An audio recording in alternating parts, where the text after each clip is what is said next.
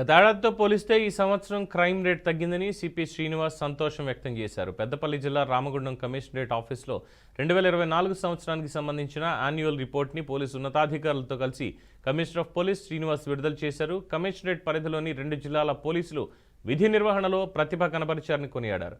Police పెట్రోలింగ్తో పాటు కళా బృందాల ప్రదర్శన, పల్లె నిద్ర, ఆపరేషన్ గరుడ తదితర కార్యక్రమాల ద్వారా నేరాలపై ప్రజల్లో అవగాహన కల్పించామన్నారు. మావోయిస్టు ప్రభావిత ప్రాంతాల్లో ఆపరేషన్ డ్రోన్ పెట్రోలింగ్తో పర్యవేక్షిస్తున్నట్లు సిపి వెల్లడించారు. ఆపరేషన్ ముస్కాన్తో బాలకార్మిక వ్యవస్థను రూపుమాపేందుకు చర్యలు చేపట్టామని అన్నారు. డిసెంబర్ 31 వేడుకలను యువత ప్రశాంత వాతావరణంలో నిర్వహించుకోవాలని సిపి శ్రీనివాస్ సూచించారు.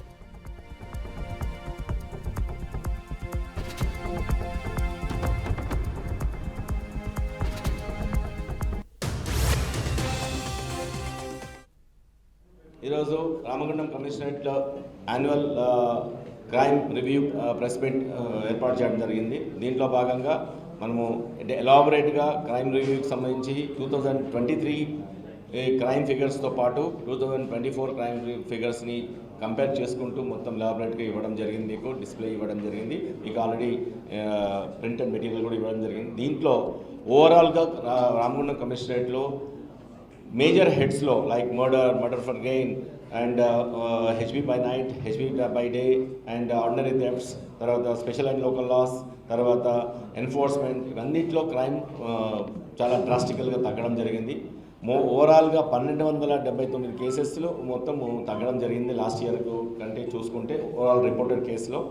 దీంట్లో భాగంగా మేము ఇచ్చే స్ట్రాటజీ నైట్ పెట్రోలింగ్స్ పకడ్బందీగా చేయడము, నైట్ రౌండ్స్ ఆఫీసర్స్ పకడ్బందీగా అన్ని పెట్రోలింగ్ ప్లేసెస్లో తర్వాత జరుగుతుందా లేదా చూడడము, బ్లూ కోడ్స్, తర్వాత పెట్రోల్ కార్స్, తర్వాత కొత్తగా లేటెస్ట్ ఇన్వెన్షన్ అంటే డ్రోన్ పెట్రోలింగ్ ఏర్పాటు చేసాము. డ్రోన్స్ ద్వారా పెట్రోలింగ్ చేయడము డే అండ్ నైట్. మోస్ట్లీ ఇప్పుడు ప్రస్తుతానికి డే చేస్తున్నాము. అవి అన్ని పోలీస్ స్టేషన్ పరిధిలో, అన్ని సబ్ డివిజన్ పరిధిలో డ్రోన్స్ని ఏర్పాటు చేసుకుంటాము.